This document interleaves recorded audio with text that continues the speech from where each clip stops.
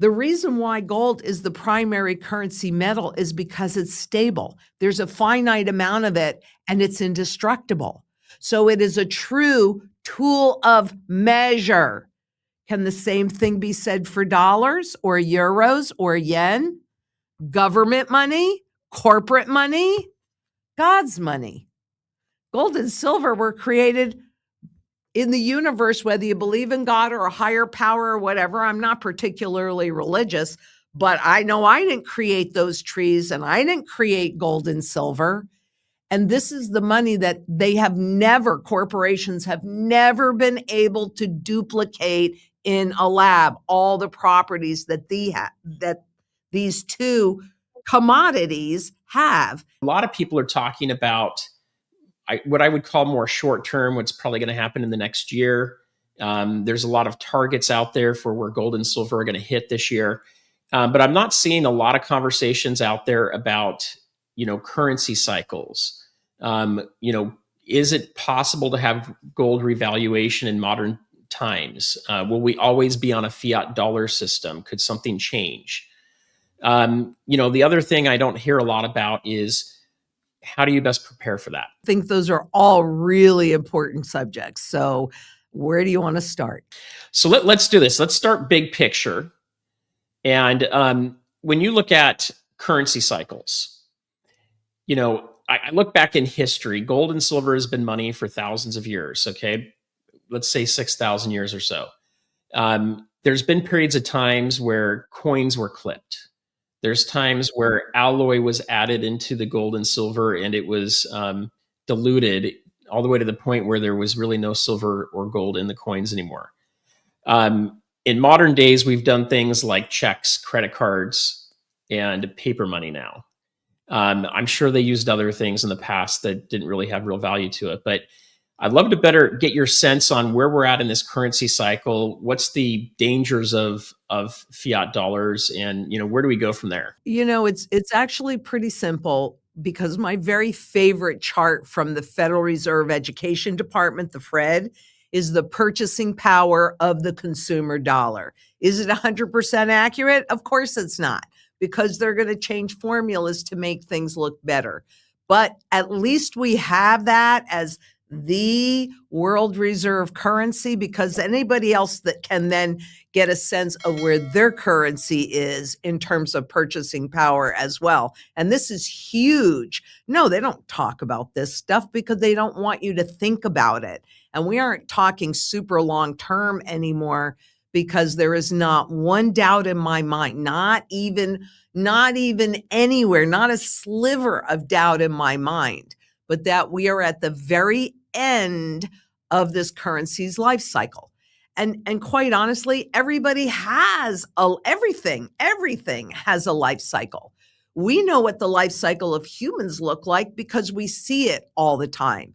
My granddaughter, who is 11, you're not going to look at her and say, oh, maybe she's going to be 72 this year.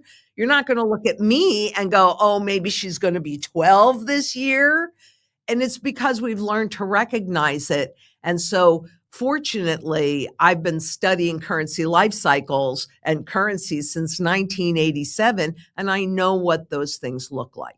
And one of the big keys is that there's virtually no purchasing power, and this is official. Go to the Fed, pull up that purchasing power of the consumer dollar, and you will see that, frankly, there's officially 3 cents left out of that original dollar's worth of purchasing power. That is the plan and the danger of fiat, because once you get to know purchasing power, and this is a question I ask a lot of very brilliant people that I learn a lot from, and they really have no clue. Nobody is really, I'm sure there are people that know a lot more about this than I do, but I just haven't met them. That's what I can say about it. But when you have no purchasing power left and everything is based on confidence, because this is really a con game and that confidence is lost, what happens next, right? That's hyperinflation. When the public loses confidence in the system, well, they're counting on that confidence to work for this stuff, right? And really, can you tell me the difference between this $20 monopoly money and this $20 Federal Reserve note?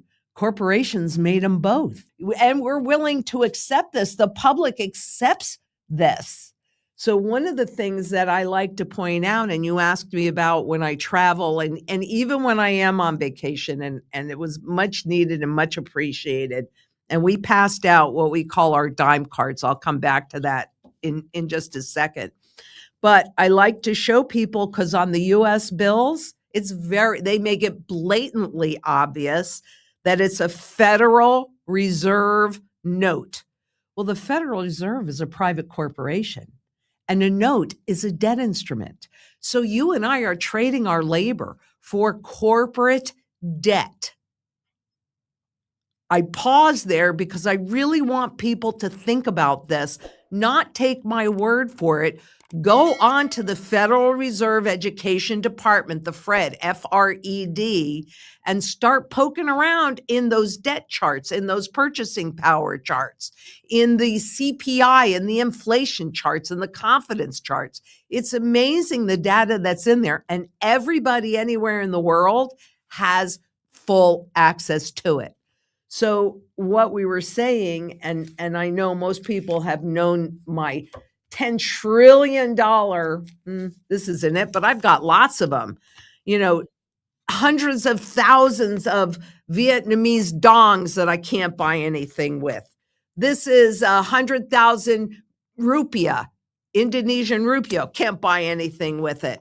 I mean, I'm so wealthy in terms of these bills, but I can't buy anything with any of them. And there are over 4,800 currencies that no longer exist, because if a government says this is money, they can also say, oops, no longer money. And by the way, that's not old stuff. That is happening constantly.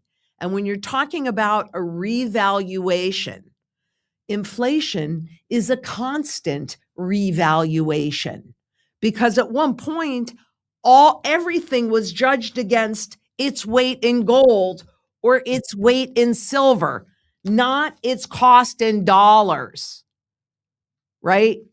The reason why gold is the primary currency metal is because it's stable. There's a finite amount of it, and it's indestructible.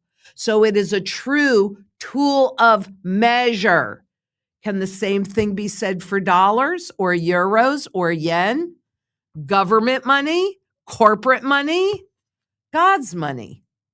Gold and silver were created in the universe, whether you believe in God or a higher power or whatever. I'm not particularly religious, but I know I didn't create those trees, and I didn't create gold and silver. And this is the money that corporations have never been able to duplicate in a lab, all the properties that these two commodities have. And oh, by the way, this is used in 33 different global enterprises around the world, global sectors of the economy. Silver is used in 36 different global enterprises and sectors in the economy. This stuff is used in one. It's just used in the financial system. And this is my physical representation of a Bitcoin, which I've now figured out exactly why they put it in these plastic cases. And it's because this gold coating wears off so easily. Yeah, I think people will discover, even in the digital age, because they want you to think that this is this, right? Well, this coating doesn't wear off because too many users. It's interesting they use the color gold. And then for, others, they use the silver color. So, they're mimicking what nature has, what God's given us, what we can use there. Which is exactly what this did. It mimics a tool of measure, and we're using it as a tool of barter. And hey, if you get paid for this in this today, well, at least at this moment in time, it has the highest level of purchasing power it'll have. Then it'll lose it afterwards. But what they're talking about, because once this is no good anymore, and it isn't, You know, we've already had all of the layers other than the public layer of confidence go away since 2008, which I have contended right along. That's when the system died. Bitcoin was born in January of 2009, but the NSA white paper on how to make a mint was created or written in 1996. So how long were they working on that prior to? This is the new system that they want to set us up in. This has 4 functions because the most important function of gold is to hold its purchasing power over time. And that's been proven, to your point, for thousands of years. The point of this fiat money, by decree, government money, is to lose its value over time, but get you to work for it. So somebody in 1913, the average wage that a family of 4 was living on was $800 a year paid in terms of ounces of gold. I don't know what that number is off the top of my head, but today the average wage is something like $68,000 a year here in the US. Can a family of 4 live on that? Right. So this creates the illusion of wealth. This is real wealth. You brought up confiscation. Inflation is a form of confiscation. Taxation is a form of confiscation. The regulations are forms of confiscation. The only difference between rapid confiscation, and let's say inflation and hyperinflation, is the speed at which that happens. And so what a central bank's job is, and this is why they require their credibility is their most important asset, but they regulate the rate and speed of that inflation with interest rates.